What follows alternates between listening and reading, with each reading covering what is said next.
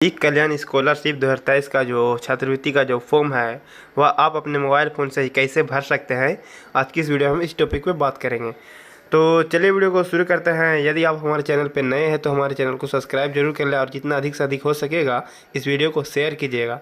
तो चलिए वीडियो को शुरू करते हैं। चलते हैं अपने मोबाइल स्क्रीन पर और एक एक स्टेप जो है वो आपको बारीकी से देखना है, तभी आप आसानी से अपना फॉर्म फिलअप कर पाएंगे।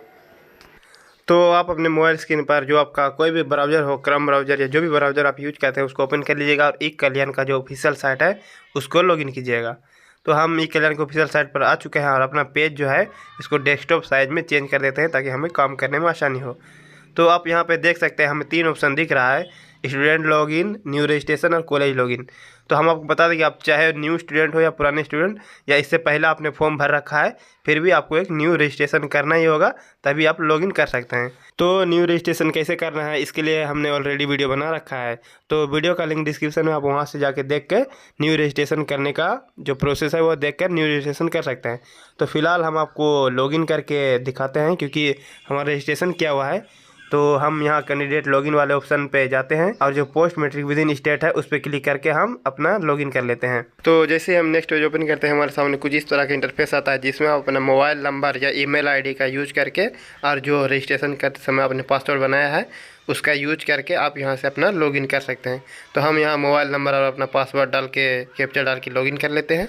जैसे ही हमारा पेज लॉगिन होता है तो हमारे सामने फिर इस तरह से इंटरफेस ओपन हो जाता है जिसमें हमारा रजिस्ट्रेशन डिटेल्स और दूसरा साइड इंपॉर्टेंट नोट्स दिख रहा है और नीचे जो हमारा अप्लाई करने का लिंक दिख रहा है। तो हम इस लिंक को ओपन करेंगे तो यह ग्रीन कलर का जो दिख रहा है उस पर क्लिक करते हैं तो हमारे सामने जो है फॉर्म वो खुल के आ जाता है जिसमें हमको सब डिटेल्स फिलअप करके फॉर्म भरना है। तो फॉर्म में जो सबसे पहला हमें भरना है वह हमें 10वीं का प्रकार, आप किस प्रकार के स्टूडेंट है। यदि आप रेगुलर है तो रेगुलर सेलेक्ट करिएगा, सप्लीमेंट्री या CBSE या जेक आप जो है वो सेलेक्ट करेंगे। तो हम जेक बोर्ड को सेलेक्ट करते हैं क्योंकि झारखंड बोर्ड से है। उसके बाद यहाँ पे पूछ रहा है मैट्रिकुलेशन कार्ड सर्टिफिकेट, यानी कि एडमिट कार्ड का हमको नंबर भरना है। आप यहाँ पे एडमिट कार्ड का नंबर दे सकते हैं या नहीं भी दे सकते हैं, ये मैंडेटरी है, कंपलसरी नहीं है। इसके बाद हमसे पूछ रहा है 10वीं का पास जो आपने किया था वो किस ईयर में पास किया था। तो यहाँ आप अपना 10वीं पास का साल लिख देंगे। इसके बाद हमसे पूछ रहा है मैट्रिक में आपने कितना अधिकतम नंबर का एग्ज़ाम दिया था, तो 500 का एग्ज़ाम दिया था, 500 भर देंगे। उसके बाद फिर पूछ रहा है आपका अंक कितना आया था, प्राप्तांक, तो हम जो आपका आया था उसको भर देंगे। फिर उसके बाद मेल या फीमेल ऑलरेडी फील्ड रहेगा। उसके बाद जो पूछ रहे हैं यहाँ पे ग्रेड, आप ग्रेड दे भी सकते हैं नहीं भी दे सकते हैं, ये कंपलसरी नहीं है। इसके बाद यहाँ से पूछ रहा है पर्सनल डिटेल्स में पूछ रहा है आपके पेरेंट्स, माता पिता या अभिभावक जीवित है या नहीं। तो यदि है तो हाँ में भर देंगे और नहीं है तो नहीं भर देंगे, नो कर देंगे। इसके बाद आपसे पूछ रहा है आपका मम्मी का नाम और आपका मम्मी क्या वर्क करती है। यदि आपकी मम्मी कोई गवर्नमेंट या प्राइवेट जॉब करती है या नहीं जॉब करती है तो नॉट वर्किंग को सेलेक्ट कर देंगे। इसके बाद यहाँ पे पूछ रहा है गार्जियंस का नेम, आप गार्जियंस के नेम में मम्मी, पापा, भैया, दादा, किसी का भी गार्जियंस का नेम दे सकते हैं। तो हम यहाँ फ़िलहाल भैया का दे रहे हैं। तो इसके बाद हम यहाँ से पूछ रहा है कि गार्जियंस के साथ आपका क्या रिलेशंस है। तो हम यहाँ पे ब्रदर है तो ब्रदर सेलेक्ट करेंगे, आप जो रहेगा वो अपने हिसाब से सेलेक्ट कर लीजिएगा।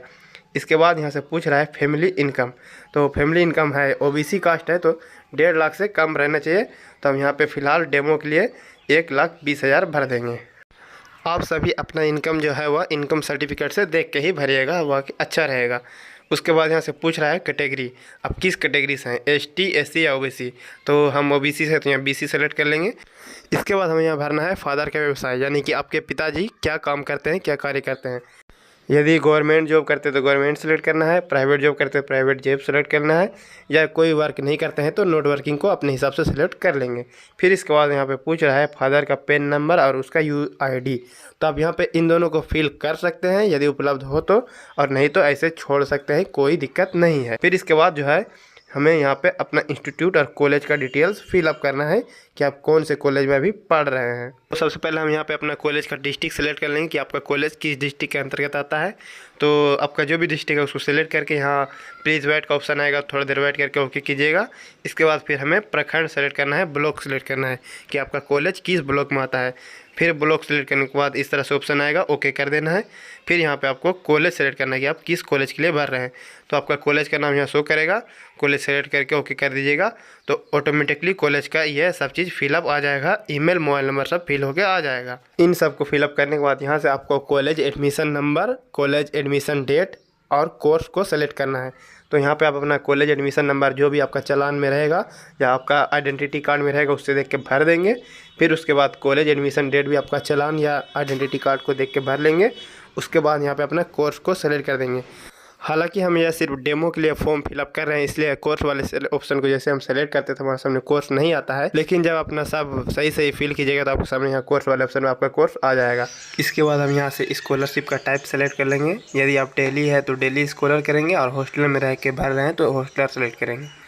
फिर इसके बाद हमको लास्ट ईयर क्लास डिटेल्स भरना है, यानी कि पिछले क्लास का सब डिटेल्स को फिलअप करना है। तो हम यहाँ पे डेली या हॉस्टलर सेलेक्ट कर लेते हैं। फिर लास्ट ईयर का जो क्लास था उसका डिटेल्स फिलअप करते हैं। फॉर एग्जांपल यदि आप 11th के लिए स्कॉलरशिप फॉर्म भर रहे हैं तो यहाँ पे आप जो अपना मार्कशीट है उसके अनुसार, यहाँ डिवीज़न है तो डिवीज़न सेलेक्ट कीजिएगा, ग्रेड है तो ग्रेड सेलेक्ट कीजिएगा। उसके बाद आप यहाँ पे पिछले साल किस कक्षा में थे उसका लिख देना है, यहाँ पे भर देना है। तो मैट्रिक में थे यहाँ क्लास 10th लिख देना है। फिर उसके बाद यहाँ पे आपको डिवीज़न सेलेक्ट करना है, फर्स्ट डिवीज़न, सेकेंड डिवीज़न या थर्ड डिवीज़न जो आपका डिवीज़न है उसको सेलेक्ट कर देना है। उसके बाद यहाँ पे पूछ रहा है पिछले साल परीक्षा में कुल अंक, यानी कितना एग्ज़ाम, कितना नंबर का एग्ज़ाम हुआ था उस चीज़ को फिलअप करना है। तो 500 का एग्ज़ाम हुआ तो उसको 500 भर देना है। और फिर इसके बाद पूछ रहा है पिछले कक्षा में प्राप्त अंक, यानी कि आपको कितना मार्क्स आया है उस चीज़ को फिलअप कर देना है। फिर इसके बाद हम यहाँ पे अपना एड्रेस फिलअप करेंगे। तो देखिए पहले पूछ रहा है कम्युनिकेशन एड्रेस, तो इसमें आप अपना डिस्ट्रिक्ट, पिन कोड और जो आपका फुल एड्रेस है उसको फिल कर लेंगे। फिर इसके बाद पूछ रहा है परमानेंट एड्रेस। यदि आपका परमानेंट एड्रेस कम्युनिकेशन एड्रेस से अलग है तो आप अलग अलग फिल कर सकते हैं, यदि दोनों सेम है तो आप दोनों में सेम फिल कर सकते हैं। तो हम कम्युनिकेशन एड्रेस और परमानेंट एड्रेस भर लेते हैं। फिर उसके बाद डॉक्यूमेंट्स के ऊपर बात करेंगे।